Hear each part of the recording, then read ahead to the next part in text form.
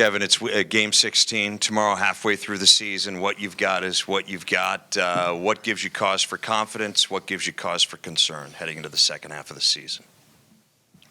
I like the way these guys are practicing. I've liked their attitude.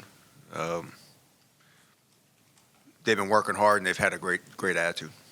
You've been at this thing for a long time. There have been a lot of elephants in the room, in your coaching career, whether it's been, at Seton Hall or previously. How have you dealt with the way this team is shooting the three? How do you get past that? How do you get it so where it's not the constant narrative? There's nothing I can do about a constant narrative. Michigan in the house tomorrow. Doug McDaniel, what does he do that concerns you guys heading into tomorrow night's tilt? And Michigan scores the ball extremely well. They shoot the basketball from 4 spots. Doug is a dynamic player, both offensively and defensively. I think the biggest thing with them is how well they shoot the basketball. Kevin, with the way the season has unfolded, have you had to temper your expectations? No.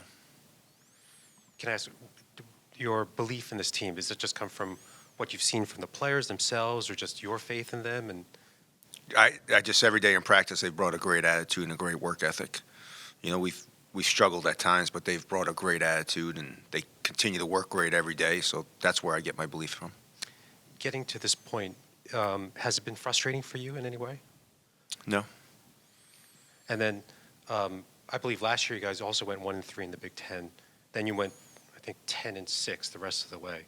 Do you feel like this team could maybe repeat that process again this year? I think our goal is to obviously start playing a little bit better. I thought we took a good step on the road the other day. I was really proud of the way our freshmen played on the road, considering the fact Jonathan hadn't played a lot of minutes. He went out there and did a great job. I thought that was Jamie Kaiser's best game of the year. I think Deshaun is starting to show really good improvements in the area that I need him to improve in. So, yeah, I have a lot of confidence in this team. Kevin, you talked a bit about Michigan already, but they look a bit different than last year with departures of Hunter, Kobe, and Jet. Just what different challenges do they kind of possess this year, and what are the differences in kind of preparing for this year's Michigan team compared to last year? They're still posting up just as much, just not Hunter.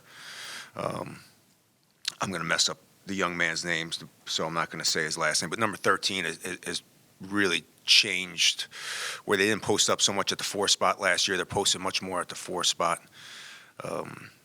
And I think they're a little bit more pick and roll heavy than they were last year, just because of not having Hunter and Doug being a little bit older. But I also think they shoot the basketball much better. They're only 13, 14 points away from really having a pretty good season. So they've played an unbelievably tough schedule. They score the basketball. They've had some tough losses. Coach, are you able to give any update on Jahari Long obviously not being able to play? He's questionable. He's questionable. And then with Jonathan Lamoth getting a little bit of more run time, is that something that you see him kind of filling into, maybe a larger role as the season Jonathan goes on? Jonathan's the typical freshman. He's stayed with a great attitude. He's worked hard. He's really been good in practice, and he's earned his minutes in practice. And I know last year you were saying you look at bracketology, KenPom, those kind of things, projections like that. Have you had an opportunity to look at some of those this year? And if so, what do you think this next stretch means for this team in terms of getting to where you want to be in terms of postseason at the end of the year? No, I've tried to stay away from KenPom just because our offensive numbers are so beautiful. Our defensive numbers are really good. So maybe I just look at the KenPom defensive numbers right now. I'm trying to be picky. Coach, what do you like best about the way the team is playing defensively, especially with some of these road games where they've gone into hostile environments and really put it down? I like the fact that we're still the number 1 ranked defensive team in the Big Ten, and we've struggled to score. So we've played a lot of transition defense. So the fact that we haven't been able to press, we haven't been able to set up our defense as much as we probably would like to. The fact that we've continued to make it hard for teams to score, I think is something I'm really excited that if we can ever start scoring on a consistent basis, then you add both those together, that'd be really good for us. How exciting is it for you to play these, especially like a road game in Minnesota, and see especially the freshmen get the time they get, and then be able to have them come back here, get into practice, and then have a home game as those games build up?